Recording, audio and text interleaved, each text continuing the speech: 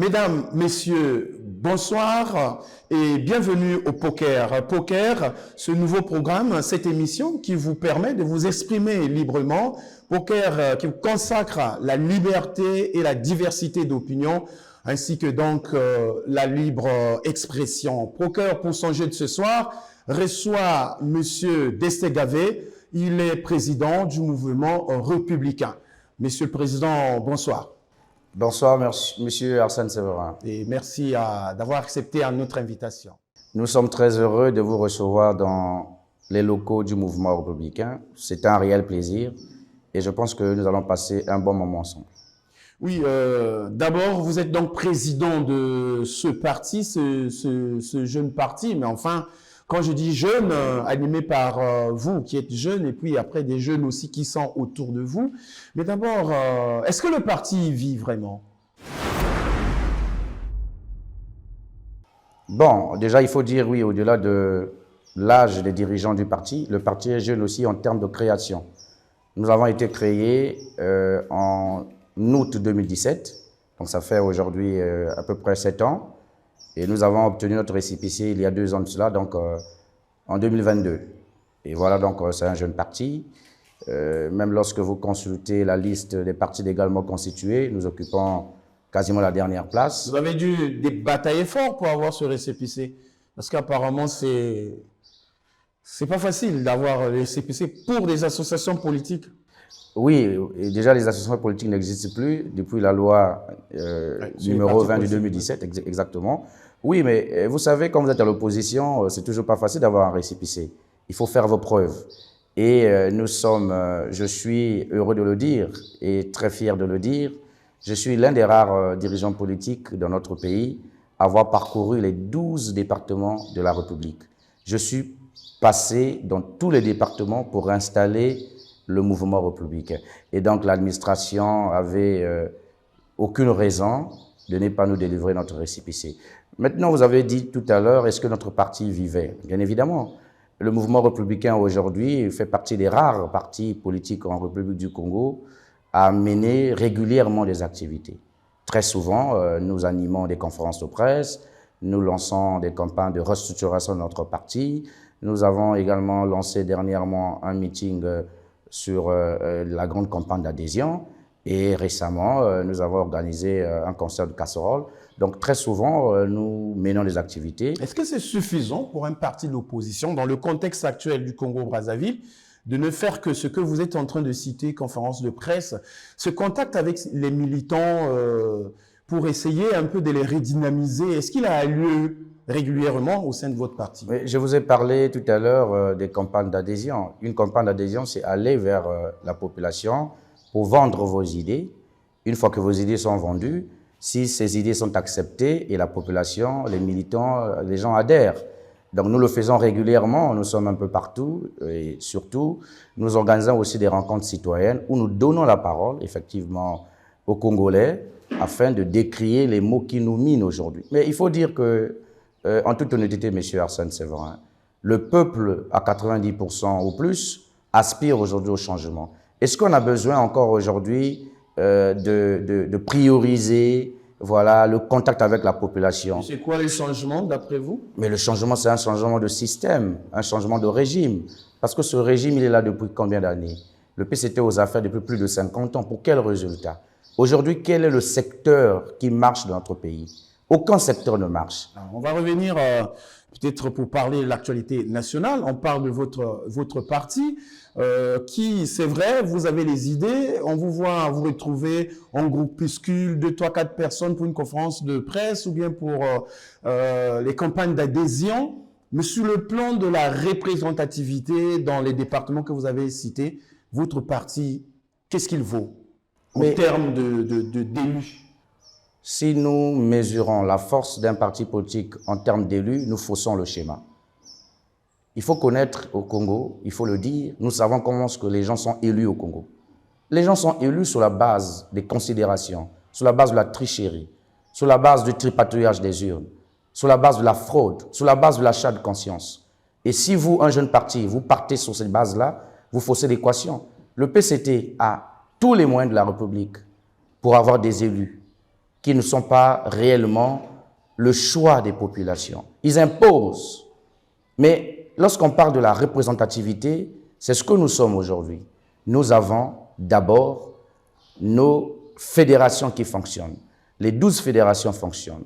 Maintenant, si vous partez sur le schéma, sur l'angle des élus, je pense que je viens de vous donner une preuve suffisante. Mais vous comptez sur qui? Vous comptez sur qui alors pour porter vos idées, dès lors que vous dites que c'est pas le fait d'avoir des élus que le parti va apporter le changement, mais vous comptez sur qui? Le changement se passe au Parlement et peut-être dans le gouvernement. Non, s'il vous plaît, M. Arsène Séverin.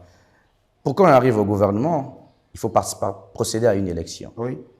Un parti politique, nous n'avons pas créé ce parti pour faire comme 80% des acteurs politiques au Congo, qui créent un parti politique pour espérer un jour avoir un poste de ministre, pour espérer un jour avoir la reconnaissance du PCT, pour espérer un jour devenir un soutien à Denis Sassou Nguesso.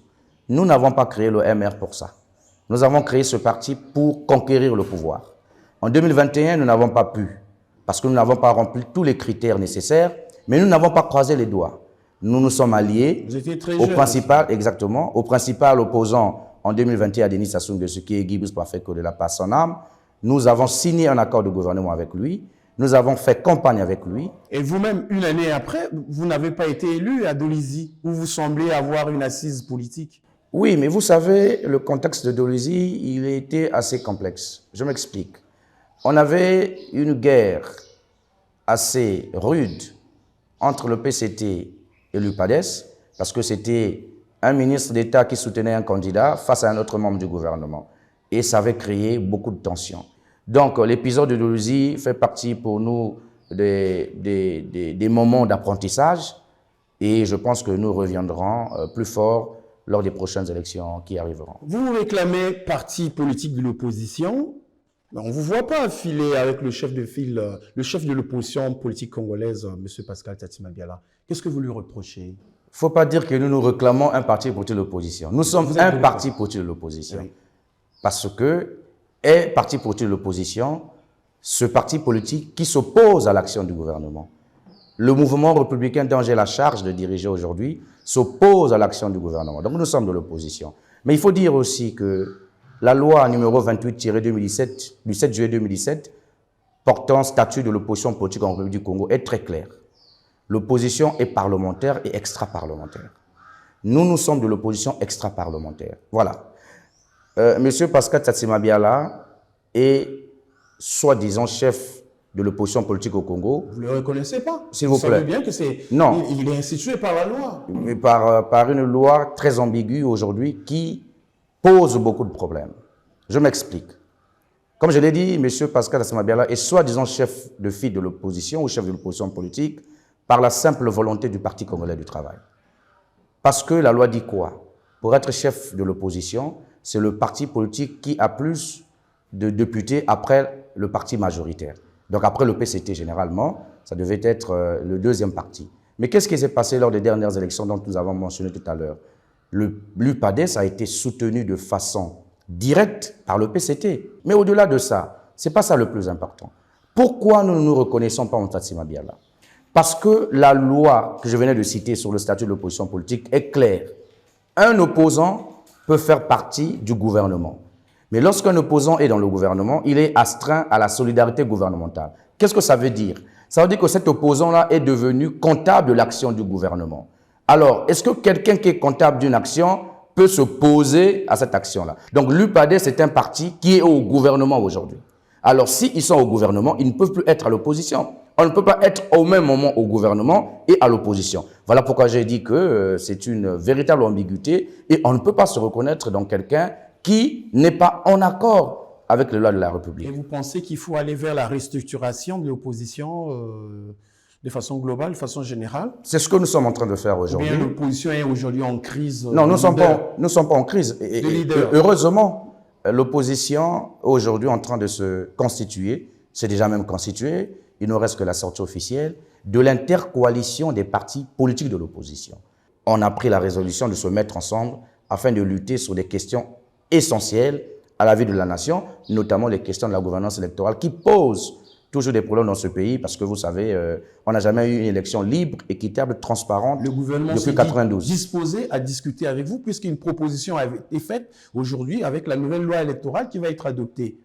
Donc, je pense que là aussi, votre contribution sera importante. L'intercoalition des Vous allez partis... vous dépasser des simples critiques pour apporter des contributions. L'intercoalition des partis politiques de l'opposition politique va apporter ses contributions concernant la refonte de la loi électorale. Bonne chance à vous dans votre, justement, objectif politique que vous poursuivez. Nous allons parler à Poker ici. On va tirer une carte, la carte de la vie nationale. On va parler de la fourniture de l'eau et de l'électricité. Pourquoi? Parce que il y a quelques semaines, vous avez organisé un concert de casseroles pour susciter un peu l'éveil de la population autour de cette situation. Il semble que vous n'avez pas été suivi. Bon, vous savez, le Congo est un pays qui est dirigé d'une main de fer. En 92, on a eu une élection libre, équitable et transparente qui a vu Pascal Lissouba triompher. Et malheureusement, c'est un mandat qui a été un véritable gâchis. Parce que nous avons écouté, par exemple, Lidover Moani. Ça n'a rien à voir avec l'eau et l'électricité. Laissez-moi finir. Vous avez voulu, vous, organiser un concert, un éveil de la population. Bien sûr. Apparemment, vous n'avez pas été suivi. Je suis en train d'arriver. Et depuis 1997, jusqu'à nos jours, où Denis Sassou Nguesso est revenu aux affaires, nous sommes encore dans un régime dictatorial, voire autoritaire. Qui ne donne pas de l'eau à la population. Alors, le problème, c'est quoi? Nous avons une population tétanisée. Pourquoi nous avons initié le concert des casseroles? En 2018, Destin Gavé a arrêté à Dolisie parce qu'il avait initié une marche pacifique pour dénoncer déjà à cette époque la mauvaise qualité d'eau et les coupures intempestives d'électricité à Dolisie. Nous sommes en 2018. Arrêté à la maison d'arrêt, jugé, acquitté, parce qu'ils avaient compris qu'il n'y avait aucun motif légal pour me retenir. Donc, les questions d'eau et d'électricité sont des questions qui me tiennent à cœur. Parce que ce sont des questions fondamentales de la survie d'un peuple. Lorsque dans un pays, vous n'avez pas l'eau, vous n'avez pas l'électricité, mais ce pays ne peut pas parler de développement. C'est un pays qui vit à l'ère archaïque. C'est un pays qui vit au IIIe siècle. Et c'est ce que nous vivons aujourd'hui au Congo. Nous avons été très peu suivis, mais nous ne baissons pas les bras. Au contraire, c'est une initiative. C'est nous, le mouvement républicain, qui avons initié les pétitions ici au Congo en 2022, lorsque je me suis fait arrêter sur la pétition portant la libération des prisonniers politiques. Ce genre d'initiative prendront de la mayonnaise et le peuple qui aspire au changement finira par comprendre que sans le courage, on ne peut pas s'affranchir d'un régime autoritaire comme le nôtre. Mais est-ce que quand même, au-delà de l'eau et l'électricité, de peut-être votre bonne foi de vouloir faire les choses, est-ce que quand même, vous n'avez pas eu le retour, vous n'avez pas eu la réponse réelle de la population? Mais non, loin de là. Le problème, ce n'est pas le vouloir de nous. Aucun Congolais ne dira aujourd'hui qu'il n'apprécie pas notre combat. Nous recevons des tonnes de messages. TikTok, WhatsApp, Facebook. Même dans la rue, nous sommes interpellés. Je ne fais pas 100 mètres à Brazzaville sans être reconnu par quelqu'un qui nous encourage dans ce combat. Ce que je veux dire, c'est quoi? Le problème, ce n'est pas suivre ou bien le rejet. Tout le monde sait aujourd'hui. Nous avons suivi le Premier ministre en train d'inaugurer le salon Osiane où le courant est parti au palais du Parlement. C'est pour témoigner quoi? C'est pour témoigner l'incompétence de ce régime. Et là, ils sont devant un fait accompli. Le peuple a peur. C'est la peur qui fait ça. Ce n'est pas le rejet. Aujourd'hui, pour un rien, quelqu'un peut se retrouver à la mort. Est-ce que là, en ce moment, vous êtes prêt à changer la démarche, la méthodologie, le message? Parce que sinon, après, ce serait d'échec en échec. Oh, pas vraiment. Ou alors, vous allez obliger... On peut mentir à un peuple un jour, mais on ne ment pas à un peuple pour toujours. Ce que nous sommes en train de faire aujourd'hui, nous continuons ce que nous avons commencé depuis 2017. C'est d'abord un problème de conscientisation et d'éveil. 90% des Congolais ne maîtrisent pas la Constitution. Et vous savez, les luttes politiques prennent du temps. Il a fallu 38 ans à l'UDPS pour accéder au pouvoir. Il a fallu 18 ans à Laurent Gbagbo d'accéder au pouvoir. Il a fallu plus de 20 ans à Abdoulaye Wade pour arriver au pouvoir. Il a fallu plus de 21 ans au président Ishemende de la Zambie pour arriver aux affaires. Donc, lorsqu'on est à l'opposition et qu'on a une vision, on n'est pas pressé. Même Ousmane Sonko. Oui, mais d'accord, mais l'électricité, c'est l'affaire du pouvoir de la majorité. C'est pas seulement les gens de l'opposition qui n'ont pas l'eau. Non, c'est ce que je suis en train de dire. Alors, si vous étiez au pouvoir, en une phrase, en tout cas, en un mot, si vous étiez au pouvoir, qu'est-ce que vous aurez fait de l'eau et de l'électricité? Sinon, peut-être une proposition à faire au ministre de l'eau et l'électricité qui vous écoute en ce moment-là. Non, mais attends, on ne va pas... Qu'est-ce que vous aurez pu lui proposer? Non, mais on n'a rien à lui proposer. Ils ont voulu diriger. Depuis 1997, ils se maintiennent au pouvoir par la force. Nous avons écouté certains cassettes du pouvoir dire que Tokoti Kate. Mais pour qu'est-ce qu'ils font du pouvoir? Et là, ils sont incapables de gérer. Tous les secteurs de la nation sont à terre. Mais vous savez qu'en tant qu'opposant, je vais terminer. En tant qu'opposant, vous pouvez faire aussi des propositions. Laissez-moi terminer. Non, ce n'est pas de notre ressort. Nous voulons les remplacer pour apporter notre politique d'eau et d'électricité. Ce n'est pas à nous de faire des propositions à des personnes bornées qui ne savent pas pourquoi ils sont aux affaires. On ne cherche pas le pouvoir pour chercher. Diriger, c'est prévenir. Lorsqu'on veut réellement, on aspire à diriger un pays, il faut avoir un minimum de compétences. Mais ça, nous ne voyons plus aujourd'hui avec le PCT. Est-ce que vous pensez que ce n'est pas des compétents? Ils sont sortis des mêmes écoles que vous aussi, c'est des ingénieurs. On reconnaît la compétence d'un système par rapport à la réalité de la nation. Aucun secteur ne marche au Congo. Mais c'est un crime, M. Arsène Séverin. Est-ce que vous savez qu'il y a des gens qui meurent au CHU de Brazzaville parce qu'il n'y a pas de l'eau? Est-ce que vous savez qu'il y a des gens qui meurent au CHU de Brazzaville parce qu'il n'y a pas d'électricité? Parce qu'en pleine opération, lorsqu'il y a coupé d'électricité, mais le patient succombe. Ce que je veux dire aujourd'hui, c'est quoi? Il faudrait que le PCT ait, je veux dire Denis Sassou Nguesso, ait l'humilité de reconnaître qu'ils ont échoué. Ils ont échoué dans la gestion de notre pays. Parce que le pays aujourd'hui flore la faillite. Nous sommes dans un bourbier aujourd'hui. Aucun secteur ne marche. Les journalistes, les hommes de Dieu, les professeurs, les médecins, toute l'élite du Congo doit se lever aujourd'hui pour sauver ce pays. Parce que le PCT a détruit le Congo. En tout cas, dans tous les cas, le Parti congolais du travail, qui est le parti gouvernemental aujourd'hui qui a le pouvoir, ils ont encore 2 ans de mandat. Vous devez donc attendre jusqu'à 2026.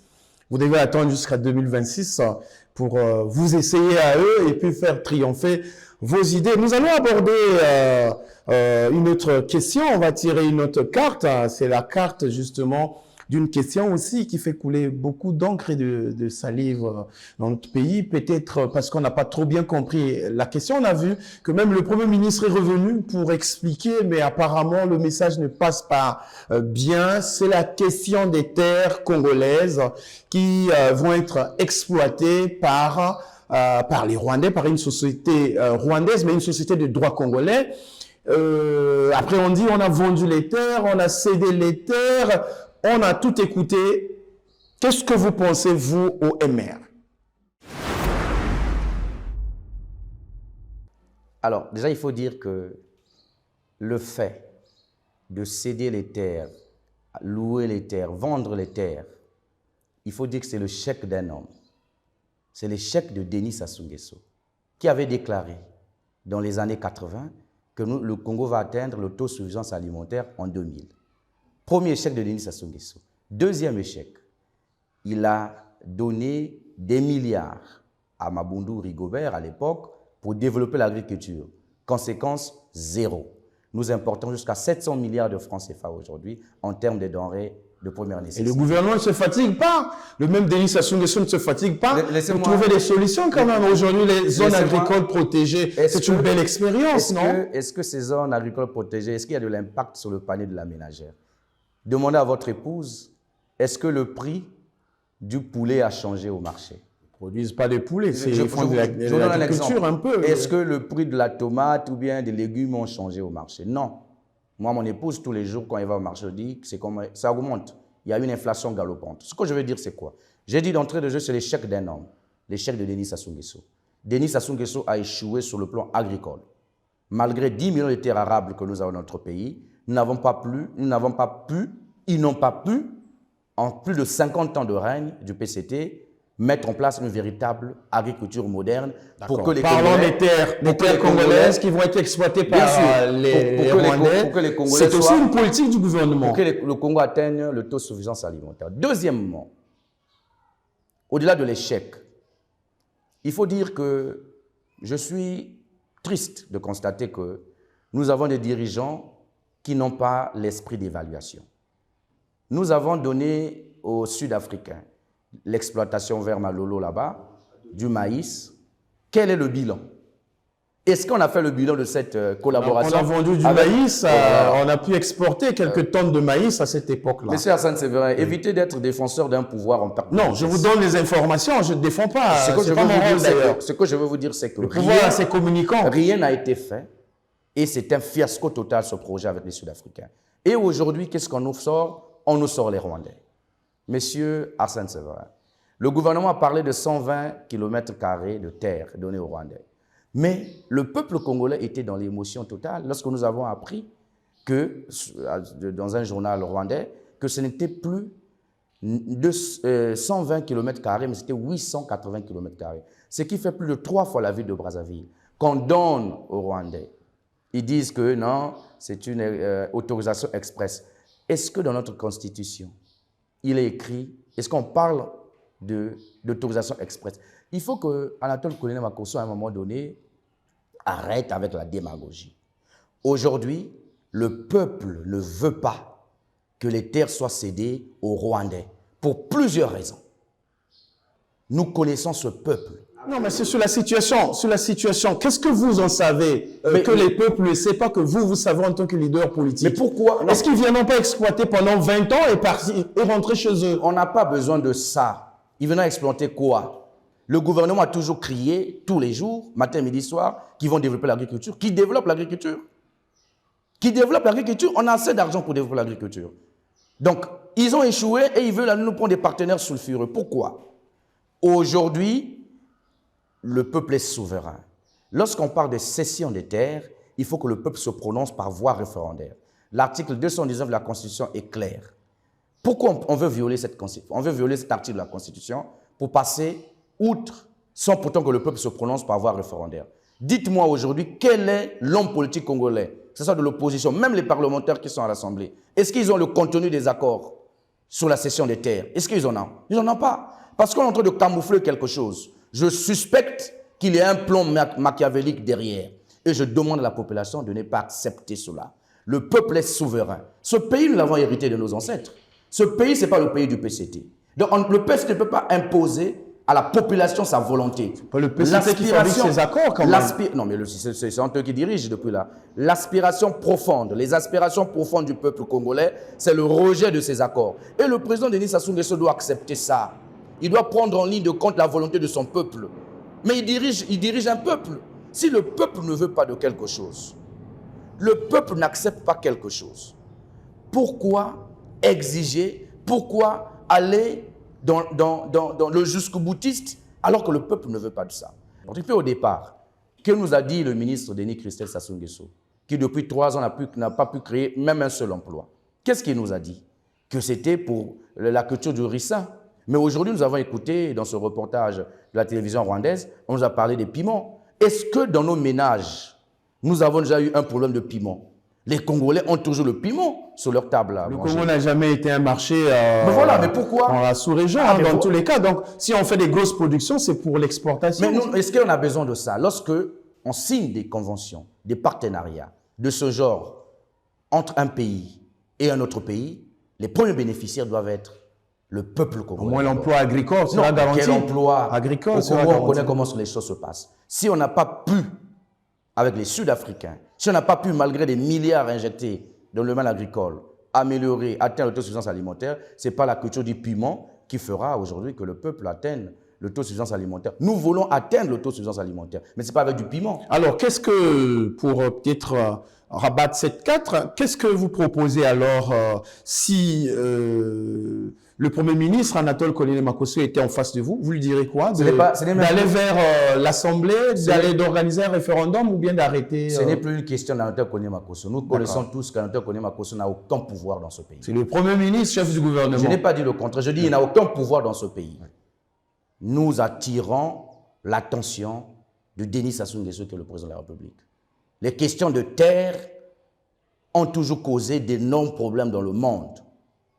Les questions de terre, ce sont des sujets à problème. D'accord. Et qu'est-ce que vous proposez alors? Nous demandons purement et simplement l'annulation de ces accords de cessation de terre. Nous n'en voulons pas, le peuple ne veut pas. J'espère bien que votre message est passé. Et donc, on va tirer peut-être la dernière carte. C'est celle justement de l'année de la jeunesse. Nous sommes au 5e mois aujourd'hui. D'abord, vous, au niveau du mouvement républicain, comment vous avez accueilli ces messages il y a 5 mois? Vous savez, au mouvement républicain, nous avons des cadres, des jeunes cadres qui comprennent les choses très facilement. Dès que nous avons écouté Denis Sassou Nguesso, on a conclu que c'était de la démagogie.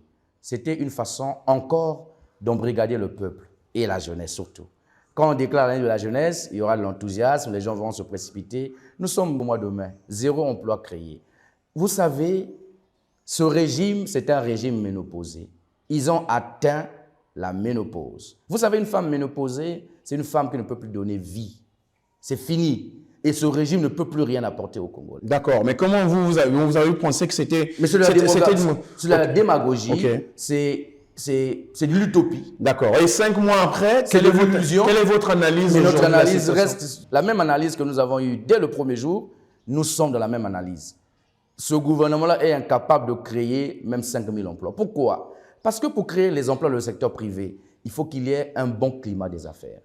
Mais le climat des affaires congolais est morose. Pourquoi? Parce que le Congo fait partie des 10 pays les plus corrompus au monde. Vous pensez qu'un véritable investisseur, un homme d'affaires digne de ce nom, peut venir investir au Congo? Non. Pourquoi? Parce que le Congo est un pays corrompu. Nous avons des dirigeants corrompus qui utilisent les 10%, qui exigent des sommes astronomiques aux investisseurs pour qu'ils aient des marchés. Ça, les gens le savent. Donc, dire qu'ils vont créer 100 000 emplois, 90 000 dans le secteur privé et 10 000 dans le secteur public, c'est de la démagogie, c'est de l'illusion. Les jeunes du MR ne profitent pas aussi de ce créneau pour se mettre en valeur aussi, l'année de la jeunesse? C'est-à-dire d'aller faire de l'agriculture, de l'élevage et je ne sais pas quoi, au sein du parti, l'organisation du parti. Mais est-ce que vous nous avez demandé comment nous sommes organisés au sein du parti pour dire nous, on n'a pas besoin que Denis Sassou Nguesso décrète une année de la jeunesse que nous savons qu'est une année de perdu. Comment vous profitez de cette année de la jeunesse pour organiser la jeunesse au sein de votre parti? Pourquoi je le dis c'est une année perdue? Vite fait, j'ouvre une parenthèse. Perdu? On a décrété dans ce pays année de la santé. Regardez l'état de la santé. On a décrété dans ce pays année de l'éducation. C'est même cette année-là où il y a eu le bac le plus frauduleux de l'histoire de notre pays. C'est pour dire que ce régime-là n'a plus rien de bon. Alors, revenons au mouvement républicain. Nous n'avons pas besoin, lorsque le président Destin Gavé a commencé à faire des activités agricoles depuis les années 2019, Denis Sassou Nguesso n'avait jamais décrété année de la jeunesse. Nous n'avançons pas par rapport au calendrier du pouvoir. Ils ont leur calendrier à eux, nous avons notre calendrier. Ce sont des opportunités au niveau national. Ce n'est pas un plan d'opportunité parce qu'on a dit que parce que c'est l'année de la jeunesse et qu'on donnait des tracteurs agricoles à tous les jeunes congolais, même de l'opposition. Non. Si eux-mêmes qui ont les manettes du pouvoir, ils ont toute la législation, ils ont l'administration, ils arrivent à rien faire. Ce n'est pas un parti de l'opposition qui va saisir une opportunité pourrie. Pour nous, ce n'est pas une opportunité. Pour nous, c'est une façon encore... C'est une façon pour eux de s'exposer de plus belle. Parce qu'à la fin de l'année, il n'y aura pas d'emploi créé. Les jeunes comprendront encore que c'était de la duperie. Mais ce que je voudrais dire à la jeunesse congolaise, c'est de ne pas tomber dans la tentation du PCT, dans la tentation de Denis Sassou Nguesso, de l'embrigadement de Colonel Makosso. Ce sont des gens aujourd'hui qui ont échoué. Aujourd'hui, nous avons besoin des alternatives. Et le mouvement républicain aujourd'hui, qu'on le veuille ou non, qu'on nous aime ou pas, il y a un adage qui dit dans mon village, même si tu n'aimes pas le chien, accepte que le chien court vite. Donc aujourd'hui, qu'on le veuille ou non, l'alternative, ceux qui peuvent apporter le changement dans ce pays et ceux qui vont apporter le changement dans ce pays, c'est le mouvement républicain et ses alliés. Et les tonneaux vides font souvent de bruit, hein? Vous n'êtes pas dans ce cas, vous savez, au départ, on disait ça à Sanko, que c'était un tonneau vide, c'était un opposant des réseaux sociaux. 10 ans plus tard, il est arrivé aux affaires. Nous avons aujourd'hui besoin d'une prise de conscience générale pour que cette volonté que nous avons se manifeste en réalité. Merci beaucoup, Monsieur Dessé-Gavet. Nous sommes arrivés donc à la fin de cette émission. Vous avez tiré toutes les cartes possibles et vous vous êtes exprimé librement. Nous vous en remercions. Nous remercions également nos internautes qui sont sur Save des Lives. Continuez à vous abonner, à suivre l'émission et merci aussi de nous suivre sur nos chaînes partenaires, notamment TPT+, sur canal 346. Merci et à la prochaine occasion.